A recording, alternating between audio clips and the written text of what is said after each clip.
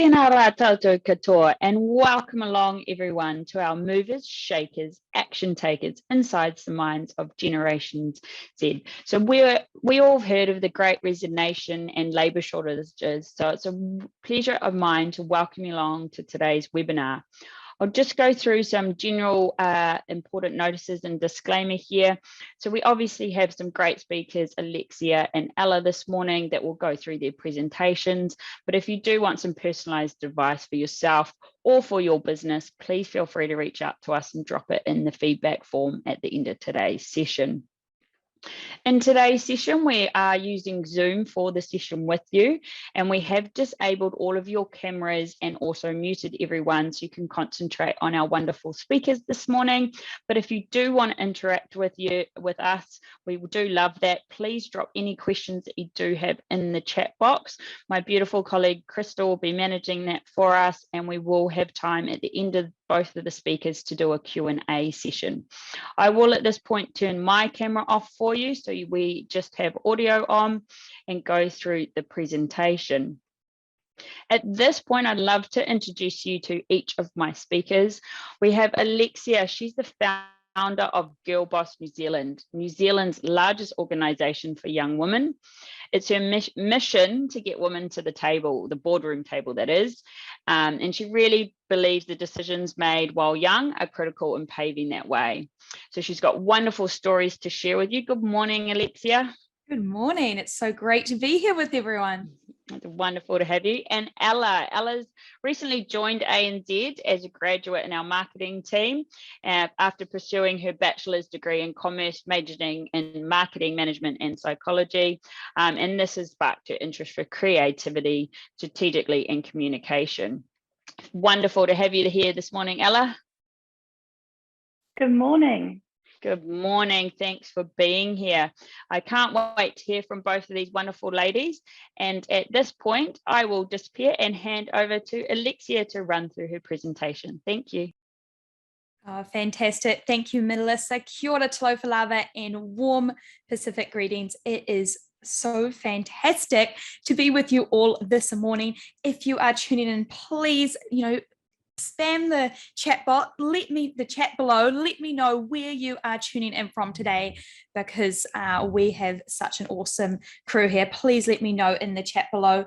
Now, thank you so much for that introduction. Hearing some of those that introduction and hearing some of those accolades, it's truly beyond anything I could have possibly imagined when I started Girl Boss New Zealand at only 16 and in high school. And these experiences became possible not because I was the smartest or the most popular or because I followed the advice of Dr. Phil, but because I always took a different path. And, with a CV like this, you might be thinking, thank you, Carrie, for the comments below. You might be thinking I come from quite auspicious stock, but there's a reason why the number one most asked, most Googled question about me is actually about my appearance. So I thought, what better place than to start right there? So here goes. There's a bit of a funny story, and it's a story that my mum likes to share traditionally at very sort of formal occasions. And that is the story around how my mum and dad met. And I was the result of a young Kiwi backpacker on her very first OE, and she met my dad at a gay nightclub in Mykonos. So this photo right here is not my father, but in fact, just me researching my ancestry. So my mum was a young Kiwi backpacker on her very first OE, met my dad, a bouncer at a gay nightclub in Mykonos, and 9 months later, I was the souvenir from her very first holiday. And when I reflect back on some of my earliest memories as a child, it was, seeing my mum have me as a young mum and working multiple jobs to put food on the table. And really, she had so much life experience, but very little money in her pocket. So seeing her decide to go to university, the first in our family to do so, whilst juggling 3 jobs and having me as a young baby, really sort of started my passion for women and passion for leadership. And in fact, just the other day, I was going through old files on my computer and I found my slideshow CV when I created it when I was 8 years old. And I thought, if we're looking at Generation Z and we're looking, let's look at some of their most early influences. So here it is, my homework assignment at age 8, my very first CV. And I quite like it because it gives a bit of insight into me as a young person and what my hobbies and passions were. And as you can see in that red circle, my hobbies at 8 years old were, I love the computer and I like making PowerPoints. Which is quite funny because I now speak to around 100,000 young people each year, and that involves making a lot of PowerPoints. So living the childhood dream. But from a young age, I was really passionate about technology and was always online. And I would spend my days in primary school in the computer lab, coding and working on tech solutions. But when I got older, my passion for technology made me feel rather isolated, and I started to feel a little bit like the odd one out. In year 12, I was the only girl in my school's digital technology class, and later in year 13, I was the only girl in my advanced physics class. And one of the most defining moments for me was actually when I entered a coding competition at 16. And I spent 2 full days of coding. And after 2 full days of coding, I was delighted to be announced a winner. Now, this was pretty exciting. I was 16 and on track to achieve my dreams, or so I thought. And a defining moment was after I received this award, I went back into my technology class the next day, and my proud teacher announced the news to the boys in my class.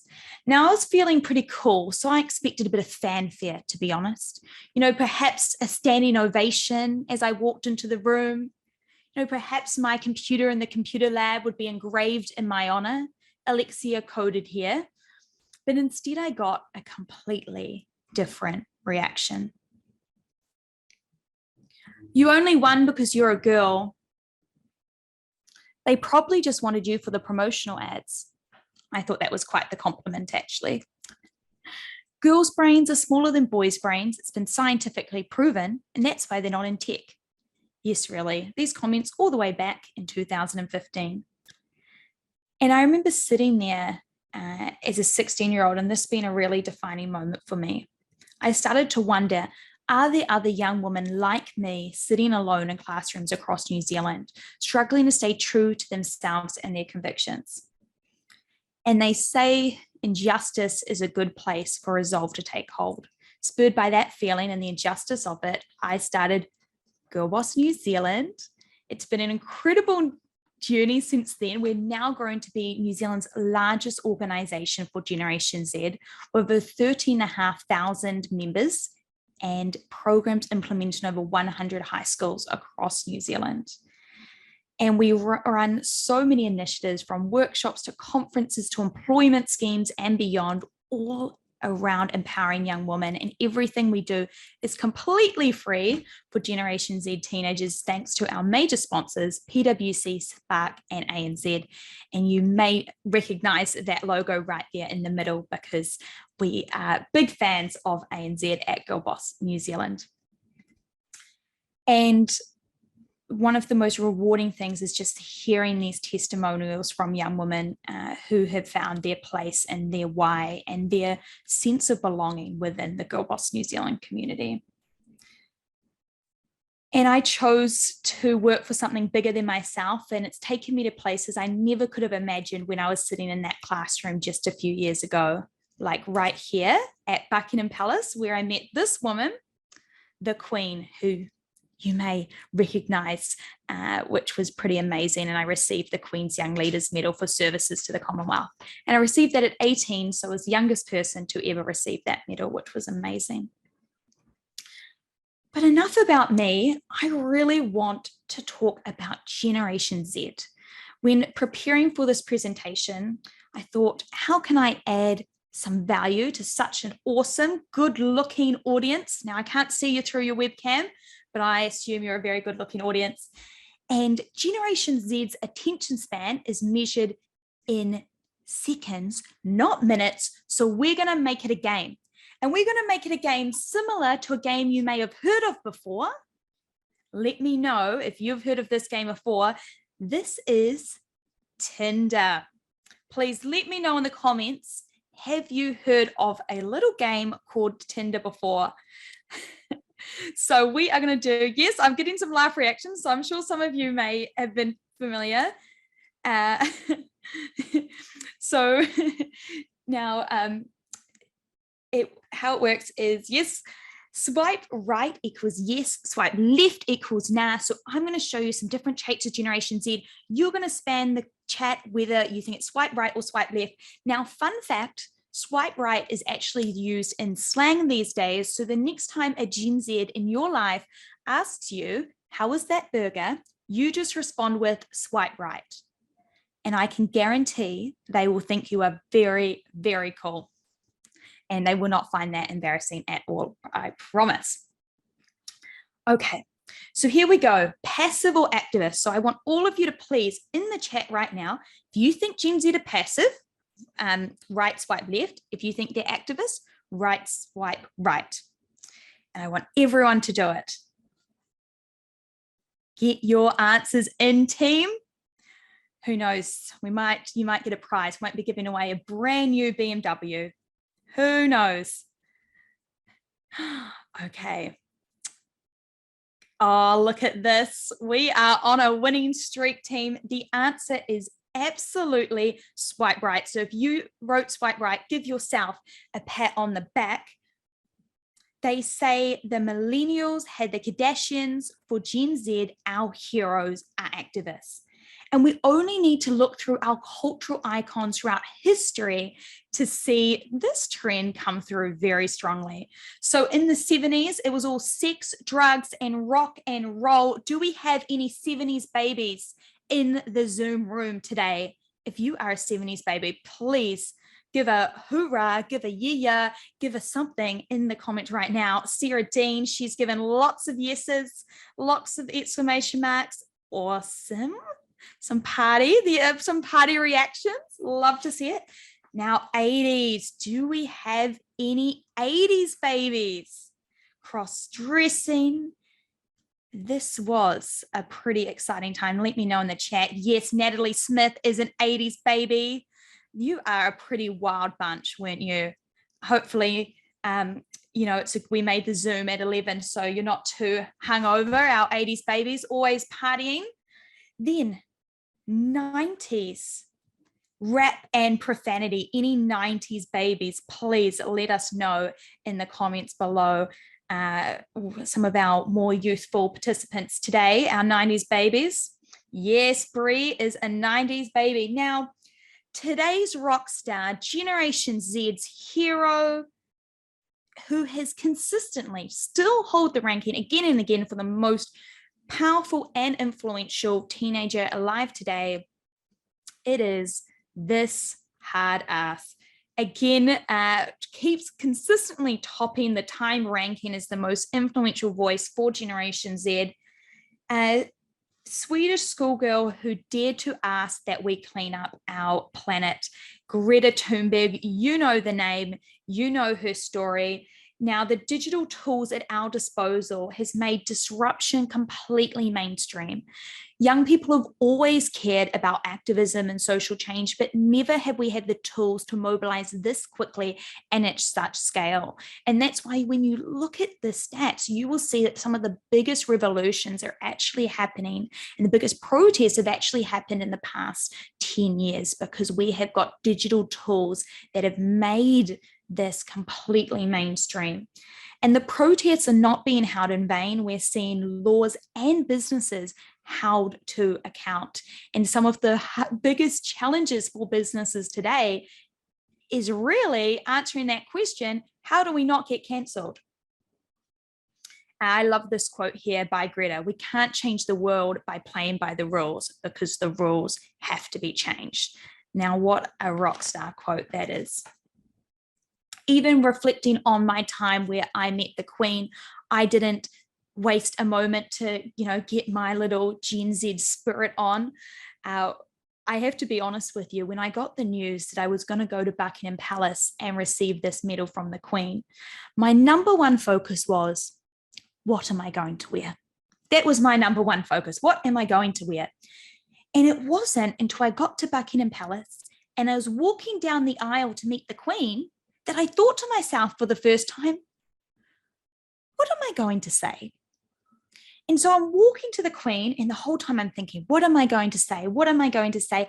I get to the Queen, I do my curtsy, and the first thing I said to the Queen was this. Hello.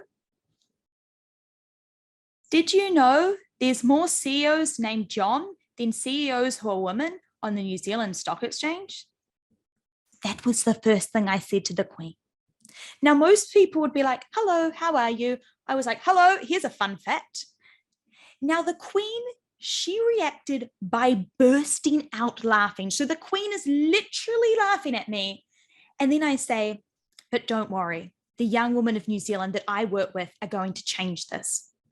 And the Queen, she pulls herself together, stops laughing, and then replies, very good. So the point of the story is that the Queen believes in us, but it was pretty funny.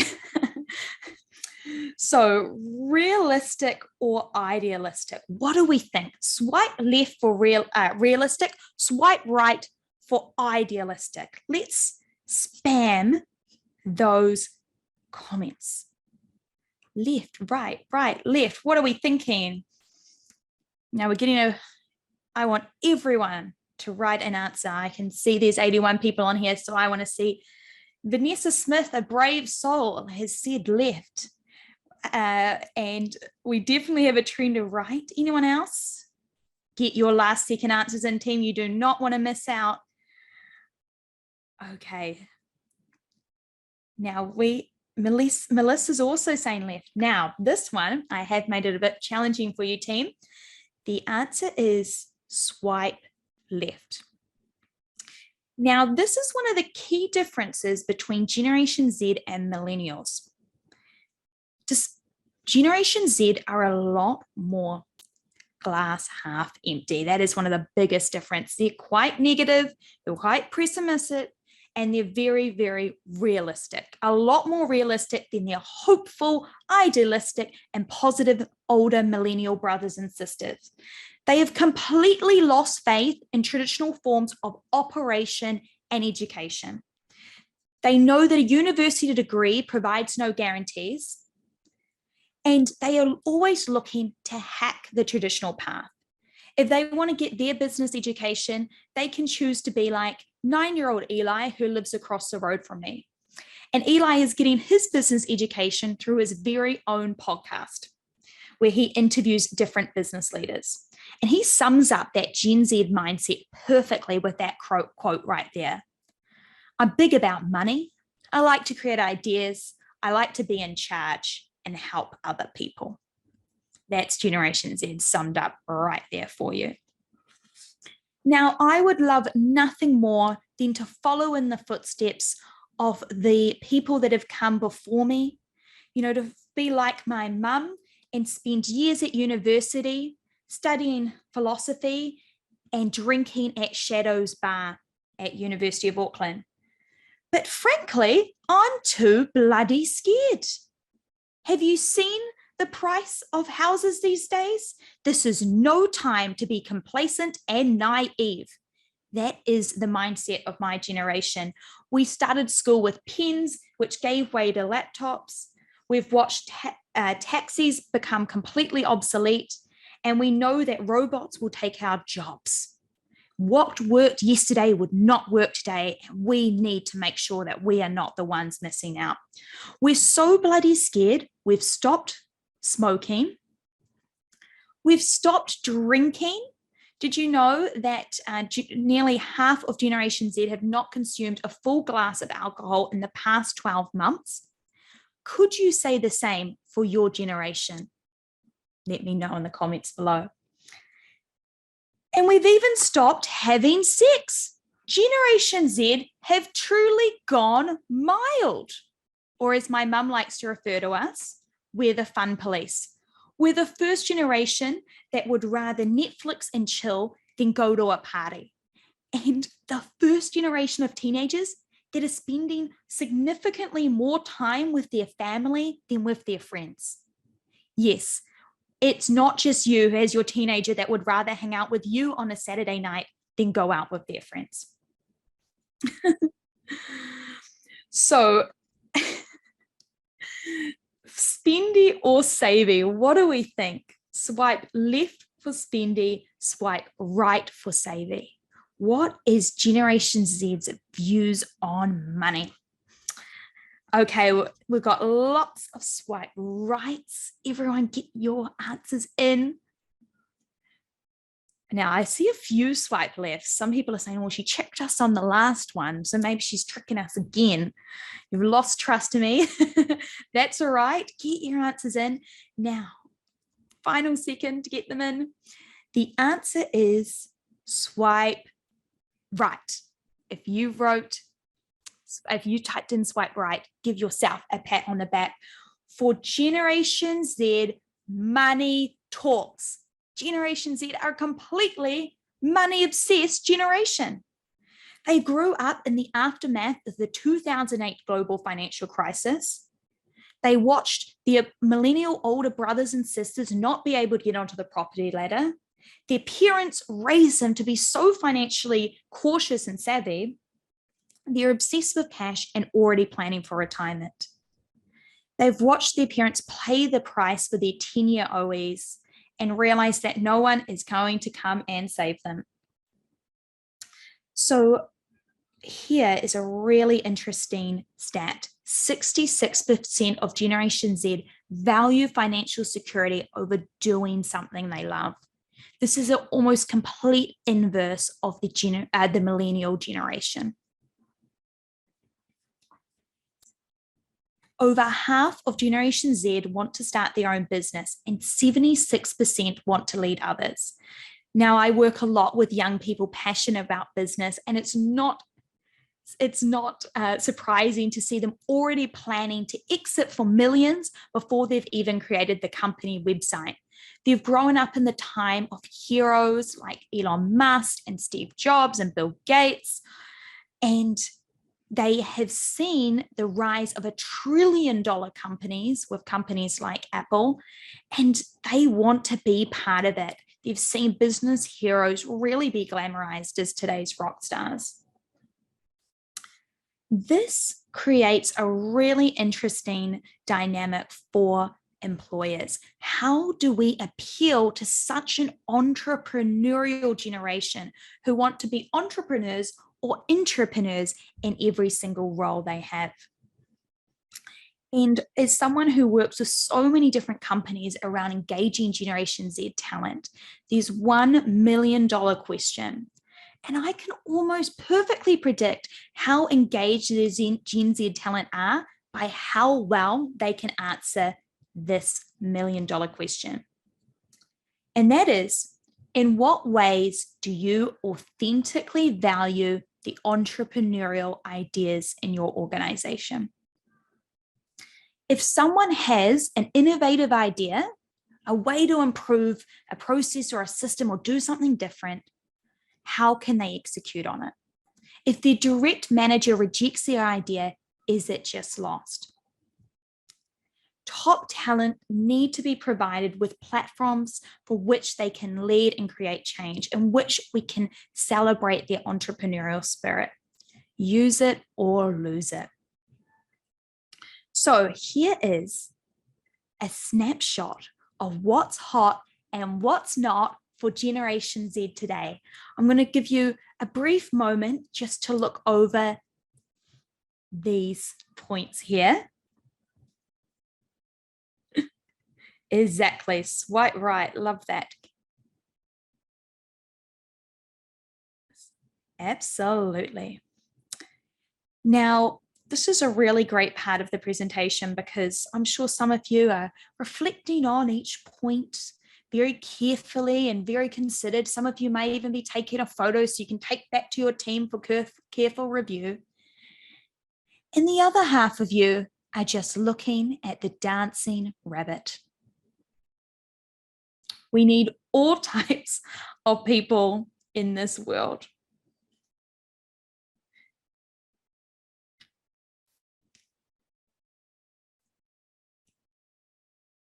Okay, I will be moving on now. So get your final look at that dance routine in.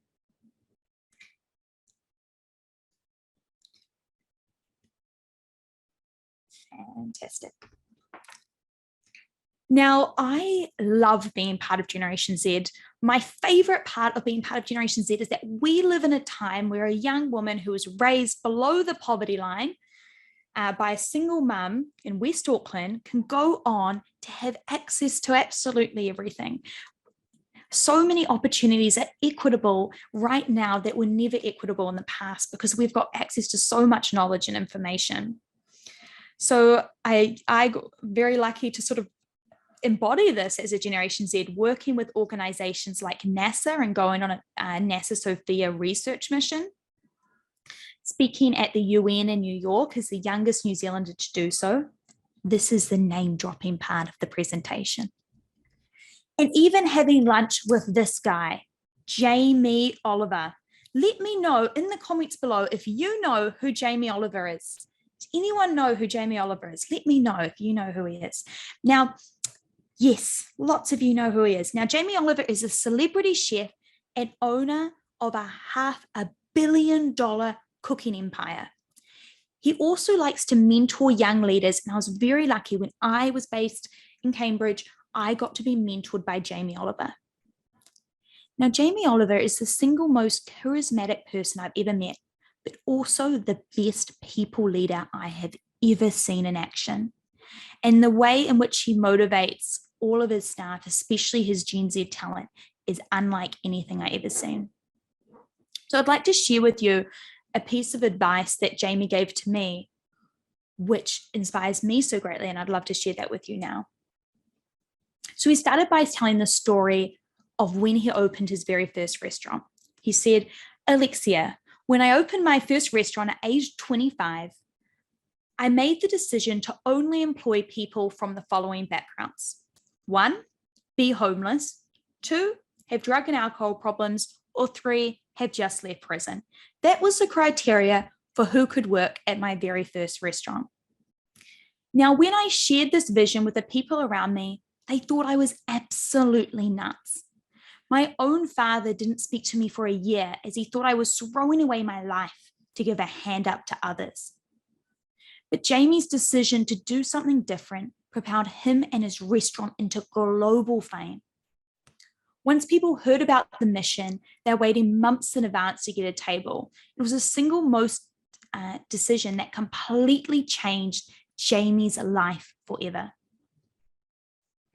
And he shared that with me. And then he said, when you walk into a meeting, when you walk into a boardroom, who is the person that holds the most power? The one with the most hope. Be the one with hope. Be the one with vision. Be the one with optimism. And when you are able to lead with such hope, you're able to get incredible cut through with Generation Z. They're an incredibly fearful generation. And if you can challenge them, and he would actively challenge in meetings, are we being the most hopeful version of ourselves?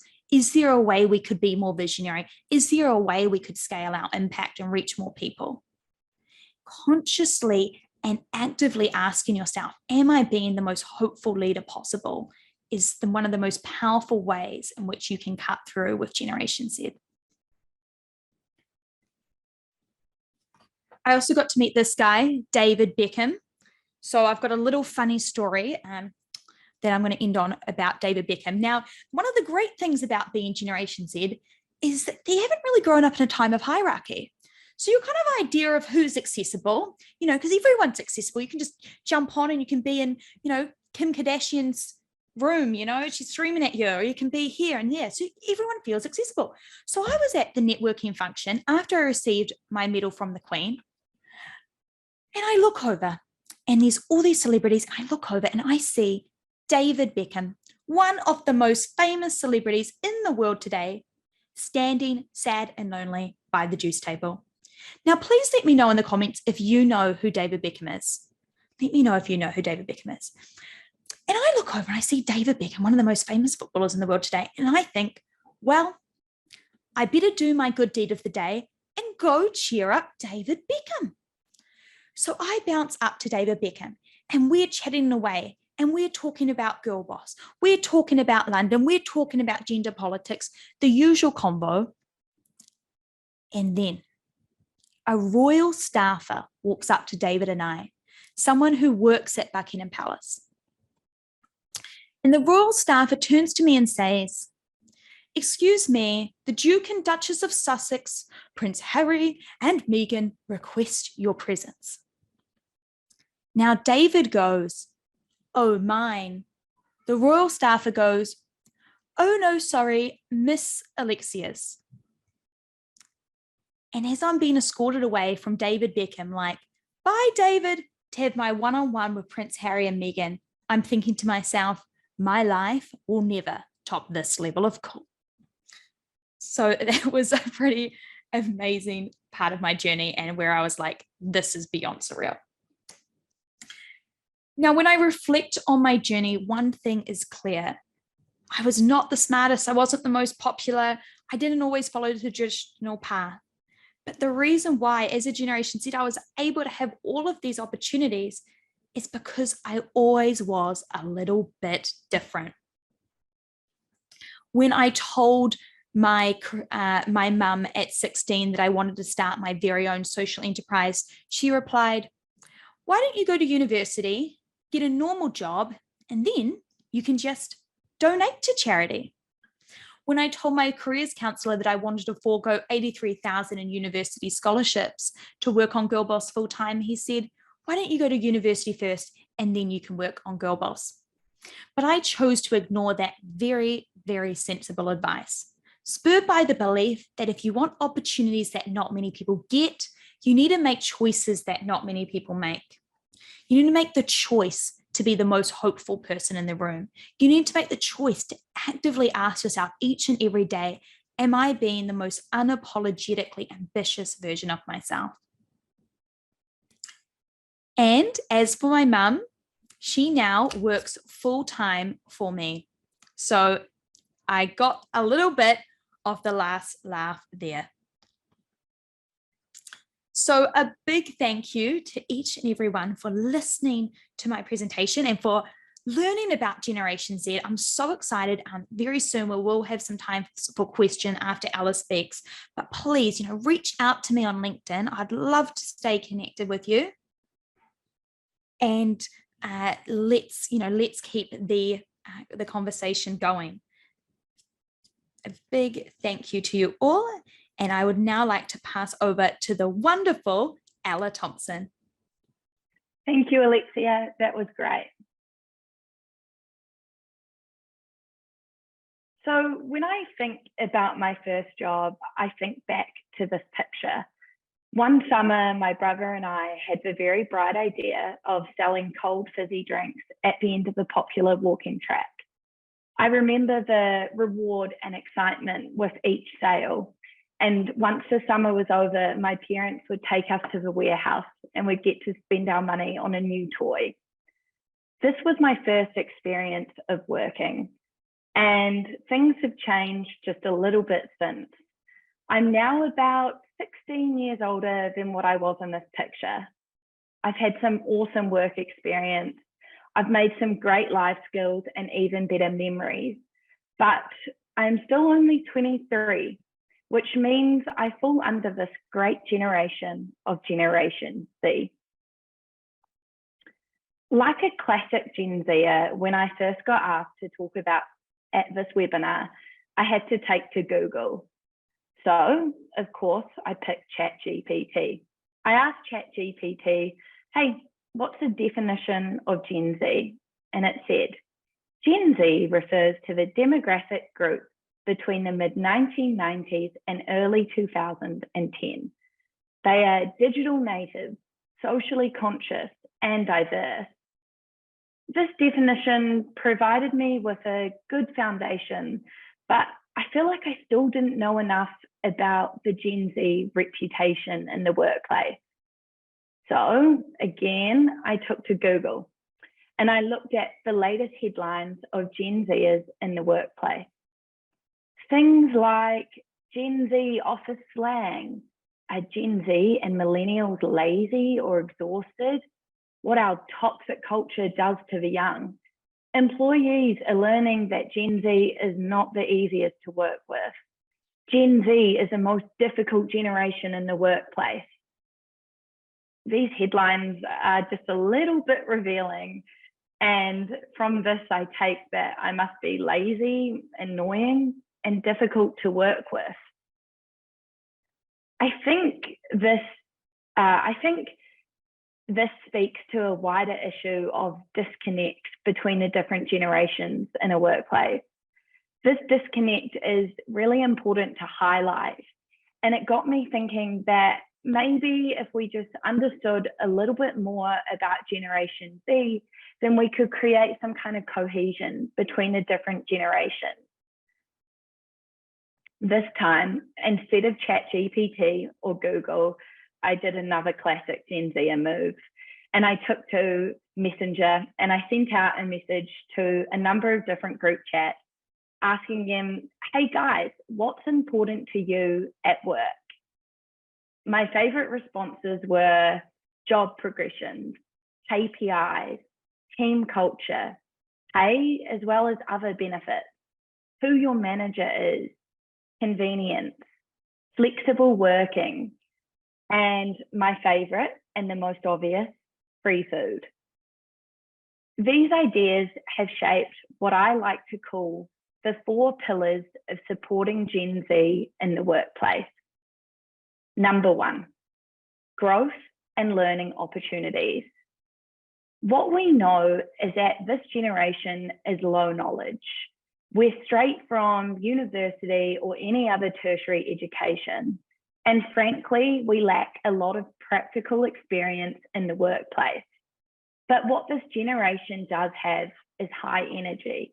We want to learn, we want to be challenged, and we want to prove ourselves, and we will work hard. With this strong eagerness to grow and do more, it's crucial that tools and resources help us grow these skills and knowledge. So to better support a Gen Z in the workplace, sit down, have that one-to-one meeting, provide career growth plans, help set goals and KPIs. So someone like me can feel like there's a path of growth in front of them. The second pillar is work-life balance. I feel like this is a really popular term right now, especially after COVID. And I think you may find it a bit funny that Gen Zs value work-life balance when typically this is a generation of very little responsibility. But balancing life commitments outside of the office is important. And we do have a really strong value for a healthy work-life balance. As a business owner, you can ensure you provide hybrid working, set some realistic hours, as well as opportunities for your employees to have a break. While, of course, I do recognize that some work will entail the late night or even weekend work, it's important that this isn't an expectation or a frequent occurrence. The third pillar is financial stability, a term which is actually rather scary for my generation, a generation which is burdened with student loan debt and frankly, some pretty bad spending habits. We do have a desire to be paid fairly with the cost of living. And I think more than ever, this is important. Unlike before, this generation does not want to work for free. And I understand this is a tricky point because it doesn't mean pay us more, but rather assess the pay for the work being done, and ensure you're meeting that competitive market rate. The final pillar is around how socially conscious Generation Z is. We are far less likely to put up with behaviour that used to be acceptable, and we share a strong willingness to express feelings and emotions. Don't get me wrong, this does not mean an oversensitivity in the workplace, but rather a workplace which is likely to value and support causes. It is now easier more than ever for a business to pin its culture and values, but these need to be authentic and they need to be reflected internally. This personal alignment with a business's values and culture can be a huge motivating factor, and it provides a sense of belonging in a workplace, which Generation Z craves. If we go back to that first picture of me standing there selling those fizzy drinks on the side of the road, I remember how, as each summer went, we had to adapt. The first summer, we really only sold to neighbours. And at the end of the day, my mum and dad would step in and buy a few cans just to boost our morale. That next summer, as demand increased, we had to get a system going to keep the drinks cool. And then the summer after, we had to diversify the drinks we were offering. This is an idea of changing and growing. And I think, if anything now, businesses also have to change and grow, because the people are. A business can no longer do something because it's the way it's always been done. As employees, you need to aim to understand and accommodate the unique needs and preferences of Generation Z. Thank you very much. I'll now pass on to Mel. Thank you, Ella. So great to hear from you personally and your work experience as an ANZ grad, and you personally of your journey. It's wonderful. So just to note, I can see some questions coming through in the chat, and we're almost at the time that we will go through the questions. We will do a Q&A session with Alexia and Ella. So please drop your questions if you haven't already in the chat box. Just while we get a few more questions through there, I'll just run through some of the digital partnerships we have with ANZ to help you and your business. We have MYOB that helps you with your accounting. Smartly, if you do have staff, is a great way to make sure you follow all the legislations and meet the rules. And Toitū is for carbon assess, so it's a great way for looking at your carbon footprint. And Expensify to help you with the expenses. So if you are interested, you can email at thebizworkshops@anz.com, or in the feedback form, which will pop up at the end. We'd love to hear about the session today. You can just drop in that what area you're in and anything you're interested in, and we can get one of our local staff to get in touch with you. We do have a range of other webinars that we do. So today's session has been recorded and will go up on our website under recordings in the next week or so. We do have a range from startup, financial, growth and leadership, and other insights. So we do have an insights one on food and beverage tomorrow, if that's something that you're interested in.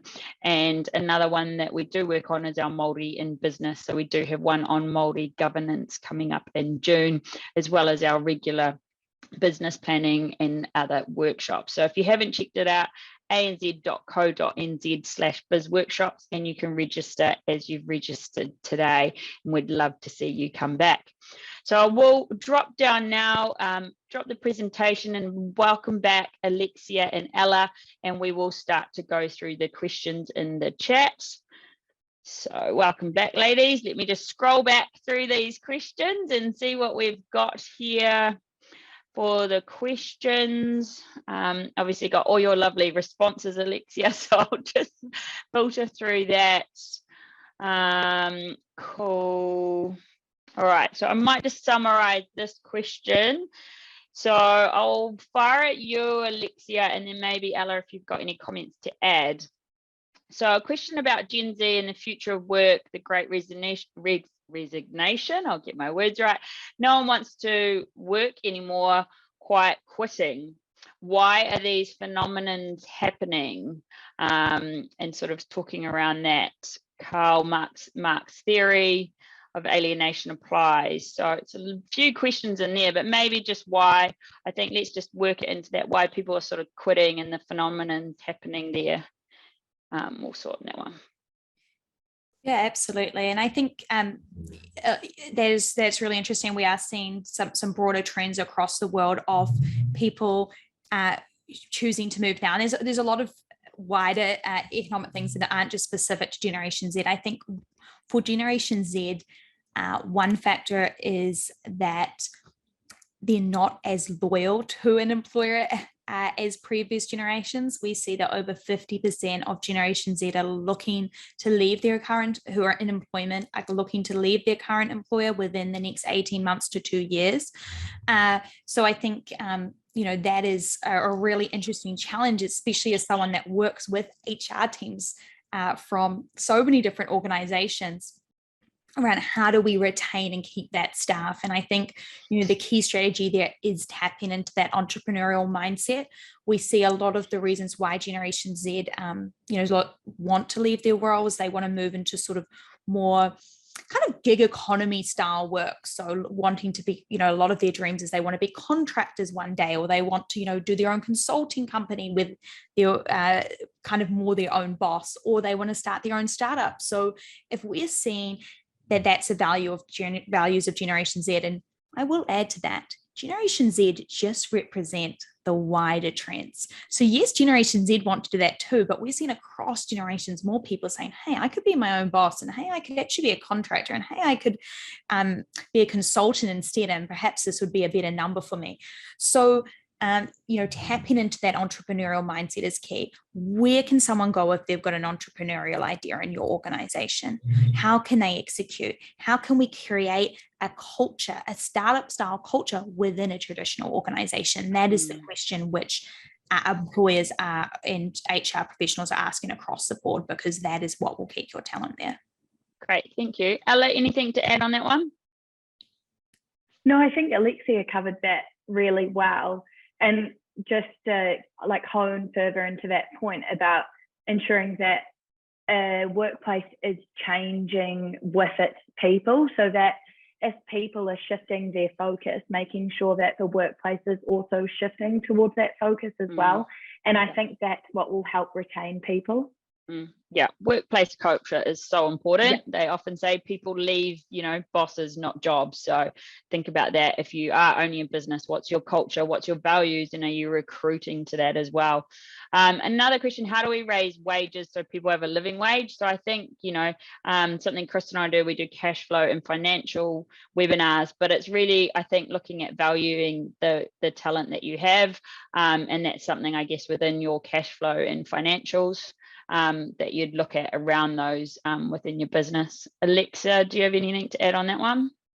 Yeah, to sort of further hone some of the points around Gen Z's passion for financial literacy, we're coming through really strongly. So, that key career value is around paying Gen Z well. They love money. That's a really simple summary.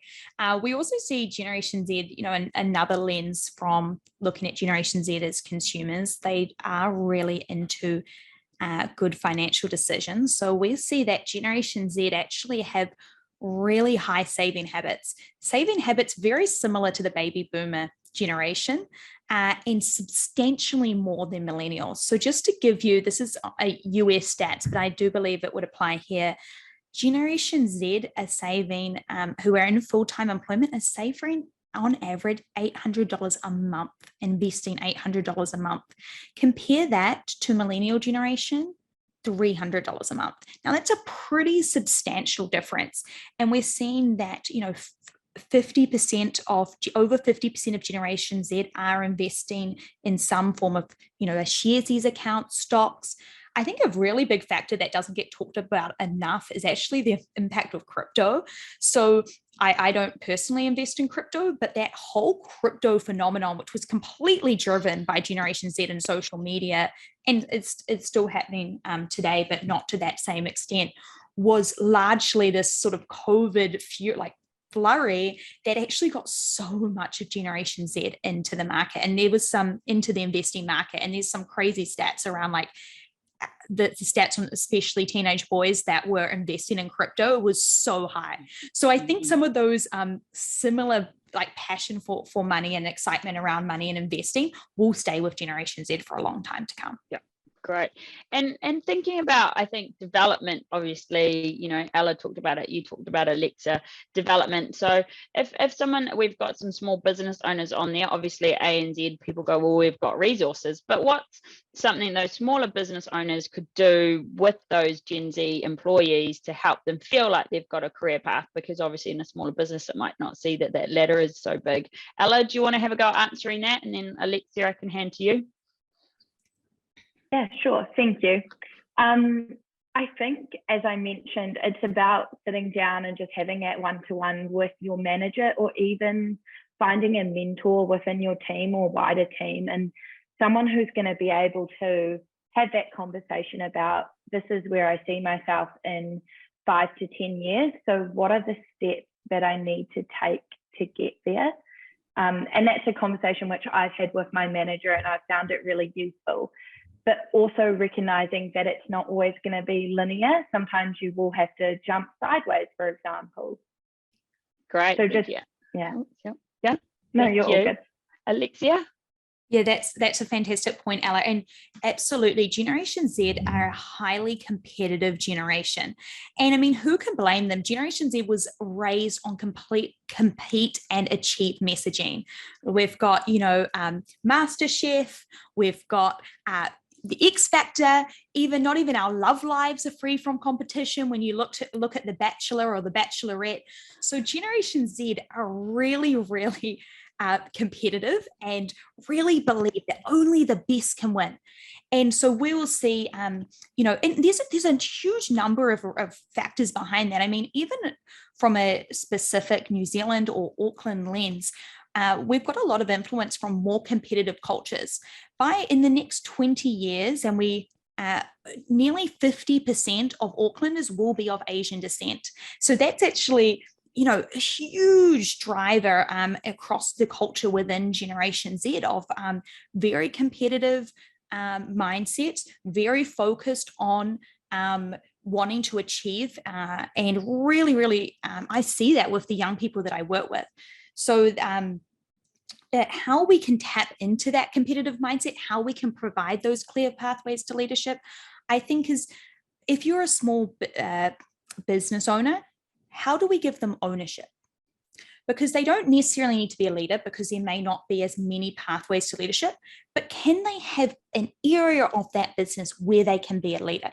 For example, they could run your social media strategy, and you give them ownership that they can execute on it. They can come up ideas, they can do training, and they can go along to a course if they find a course, and they can take ownership over that part of the business. That gives them a chance to use that entrepreneurial spirit and to lead without necessarily giving them a full-on leadership position. So think, is there an area, even within Girl Boss, we work with so many different HR teams, and we found that they would often give the mentoring programs we run in partnership with corporate organizations to a Gen Z staff member to help run and facilitate that. And that is an awesome opportunity for a Gen Z or an emerging staff member to help be involved in facilitating that volunteering opportunity. Awesome, thank you. And another question, obviously there's Gen Z, but there's others of us like myself in different generations. So not to forget them, how do you think is the best to balance your Gen Zs and other generations that you may have across the teams within your business? Alexia, do you want to start that one, and Ella can add if she's got anything on there? Well, the first thing to realize is so many of these trends, when we're talking about Generation Z, are wider trends. Why it's so, the real value, I think, and I really believe there's real value in focusing on what's that new generation, is that they have just had the most recent inputs. So they're just like the exact embodiment of all the most recent inputs. Now, that doesn't mean that every other generation hasn't also got those inputs, right? Mm-hmm. So we're seeing, if we can look at getting it right for our Gen Z talent, we will help get it right for the wider talent across the board. So we're really seeing that, you know, a lot of those trends in Generation Z, other generations that aren't thinking that too. They also want to be entrepreneurial. They're also thinking, you know, how do I execute? They're also starting to challenge, you know, traditional hierarchy in some ways. So really, if you get it right for your Gen Z talent, you are future-proofing yourself to get it right for everyone. Fantastic. Ella, any comments on that? Yeah, I also think it's really important, the idea of learning from your other generations. Even like in our office, we chat and I begin to learn what other generations have gone through, or their different ways to approach things, and how actually that can benefit me. Cool. Thank you, Ella. Now we've probably got just one thing there, Mel. Generation Z's best friends are baby boomers. So you'll see, if you see throughout the trends, the most similar generation to them is baby boomers. You look at their values, even their values, dating, relationships, money, everything. They're actually gone back to some of these more traditional conservative values in terms of, you know, their output look on life. So baby boomers and Gen Z, besties. Besties, there you go. We've probably got time for maybe one more question. So please, if you want to drop it in the chat, if you do want to ask the ladies any questions before we do wrap up this morning. But while we see if there's any final questions, just want to do a massive thank you, Alexia. It's always a pleasure. This is the second one we've done together. It was amazing to hear you speak again. Ella, super proud. You did amazing today, and great to hear from your story and your experience. At the end of today's session, as I said, feedback form will pop up. We'd really appreciate taking a couple of seconds just to fill it in. It's just a few seconds there, so we can work on future events for you. But if there's no more questions, we will look to wrap it up in a minute. As I said, the recording will go online in about a week or so on the ANZ website under the workshops page. But thank you so much. Enjoy the rest of your week. It's been a pleasure. Thank you again, ladies. Thank you, Crystal, for everything in the background. It's been wonderful. Thank you. Bye-bye. Thank you, team.